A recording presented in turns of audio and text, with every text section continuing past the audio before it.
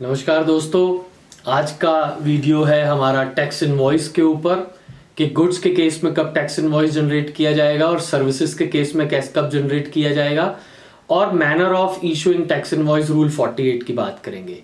आज section 31 subsection 1 subsection 2 की बात करेंगे, रूल 46 की बात करेंगे, रूल 47 की बात करेंगे, रूल 48 की बात करेंगे। सबसे पहले ये जानना शुरू करते हैं सेक्शन 31 सबसेक्शन 1 में कि गुड्स के केस में टैक्स इनवॉइस कब जनरेट करना होता है। अगर कोई भी सप्लायर टैक्सेबल इनवॉइसेस सेल कर रहा है, सप्लाई कर रहा है, तो उसको टैक्स इनवॉइस जनरेट करना है अगर गुड्स की मूवमेंट हो रही है। रिमूवल ऑफ गुड्स के टाइम पर उसको टैक्स इनवॉइस जनरेट करना है अगर goods involve movement of goods. If goods does not involve movement of goods, उस केस में डिलीवरी के टाइम पर या फिर making available the goods tax invoice supplier को जनरेट करना है। डिलीवरी के टाइम पर गुड्स की मूवमेंट नहीं हो रही बट डिलीवर कर दिए सप्लायर ने गुड्स रेसिपिएंट को, या गुड्स मेड अवेलेबल कर दिए कि ये तुम्हारे गुड्स हैं, जब भी तुम्हें चाहिए हो तुम ये ले सकते हो, ले जा सकते हो। सो गुड्स ईयर मार्क कर दिए, मेड अवेलेबल कर दिए, उसी समय उसको इनवॉइस जनरेट करना है। उस टैक्स इनवॉइस पर जनरेट करना है उसके ऊपर उसका गुड्स का डिस्क्रिप्शन देना है, क्वांटिटी देनी है, वैल्यू देनी है, टैक्स चार्ज देना है और रूल 46 के अनुसार जो और पर्टिकुलर्स हैं वो सब देने हैं। इन केस ऑफ सर्विसेज जो भी रजिस्टर्ड पर्सन टैक्सेबल सप्लाईज कर रहा है उसको टैक्स इनवॉइस बिफोर और after the completion of service generate करना है, but before the prescribe time generate करना है। बिफोर जनरेट करना है tax invoice completion of service के, या आफ्टर कंप्लीशन ऑफ सर्विस भी कर सकता है, बट बिफोर प्रिस्क्राइब टाइम कर सकता है। वो प्रिस्क्राइब टाइम जो है वो रूल 47 में मेंशन है, वो अभी हम देखेंगे। तो टैक्स इनवॉइस जनरेट करना है उसे प्रिस्क्राइब टाइम के अंदर, हम उसके ऊपर उसने डिस्क्रिप्शन ऑफ सर्विस देना है, वैल्यू ऑफ सर्विस देना है, टैक्स चार्ज देना है और रूल 46 के अंदर जो भी उसके पर्टिकुलर्स हैं वो सारे उसने देने हैं। रूल 47 में सर्विसेज के केस में कब टैक्स इनवॉइस इशू करना है, time limit for issuing tax invoice. कोई भी टैक्सेबल सप्लाई ऑफ सर्विसेज दी जाती है जो भी, उसका टैक्स इनवॉइस जो है वो इशू होना है with in 30 days from the supply of service, from the completion of supply of service. Supply of service के 30 दिन के अंदर अंदर उसका टैक्स इनवॉइस इशू करना है। सो सेक्शन 31 सबसेक्शन 1 गुड्स के केस में, सेक्शन 31 सबसेक्शन 2 सर्विसेज के केस में, रेड विद रूल 47।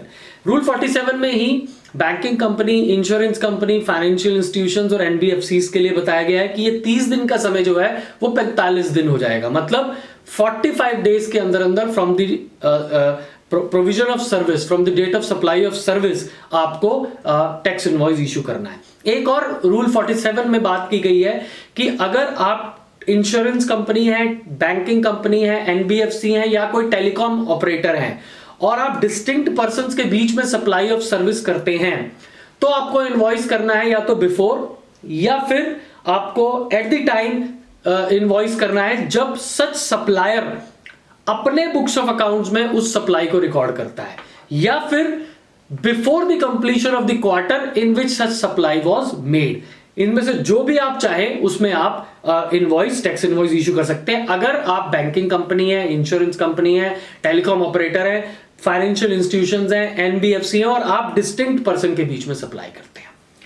आखिरी इसमें हम बात करेंगे रूल 48 की। दोस्तों रूल 48 जो है मैनर ऑफ इशूइंग इनवॉइस की बात करता है। हम 6 सब रूल की बात करेंगे। पहला सब रूल कहता है कि अगर गुड्स के केस में जो इनवॉइस बनता है वो ट्रिप्लीकेट में बनता है। जो ओरिजिनल होता है वो रेसिपिएंट के लिए होता है, डुप्लीकेट जो होता है वो ट्रांसपोर्टर के लिए होता है और ट्रिप्लीकेट जो होता है वो सप्लायर के लिए होता है। सर्विसेज के केस में सिर्फ 2 ही डुप्लीकेट में बनता है, ओरिजिनल रेसिपिएंट के लिए और डुप्लीकेट जो है वो सप्लायर के लिए। सब रूल 3 कहता है कि जो भी आप इनवॉइसेस इशू करेंगे वो आप जीएसटीआर 1 में टैक्स पीरियड के अंदर अपना जो भी आपका प्रिस्क्राइब टैक्स पीरियड है उसके अंदर आप फर्निश करेंगे। सब रूल 4 कहता है कि ऐसा हो सकता है कि आपको स्पेसिफाइड कैटेगरी में डाल दिया गया हो और उस स्पेसिफाइड कैटेगरी के अनुसार आपको अपने इनवॉइसेस को ई इनवॉइसेस मतलब invoice reference network IRN invoice reference number generate करना है इनवॉइस रजिस्ट्रेशन पोर्टल के ऊपर जाके। तो अगर आप सब रूल 4 में फॉलो करते हैं तो आपको ई इनवॉइस जनरेट करना है। सब रूल 5 कहता है कि अगर आपके ऊपर सब रूल 4 लगता है और आपने सब रूल 4 के अनुसार इनवॉइसेस नहीं बनाए तो सब रूल 5 कहता है कि हम ये मानेंगे कि आपने इनवॉइसेस ही नहीं बनाए। This is very important to understand कि अगर आपके ऊपर 1 अप्रैल 2021 से ई इनवॉइसिंग 50 करोड़ रुपए से ऊपर आपका एग्रीगेट टर्नओवर लगता है और आपने उसको ई इनवॉइस नहीं बनाए, IRN जनरेट नहीं किया, तो सब रूल 5 ऑफ रूल 48 ये कहता है कि आपका इनवॉइस हम मानेंगे it is not deemed to be generated at all. सब रूल 6 कहता है कि जिनके ऊपर ई इनवॉइसिंग लगती है उनके ऊपर उनको ट्रिप्लीकेट या डुप्लीकेट में इनवॉइस सब रूल 1 और 2 के अनुसार इनवॉइस नहीं बनाने हैं, वो सिंपल ई इनवॉइस बनाएंगे, that is sufficient enough. So my dear friends, वो एक ही कॉपी होगी।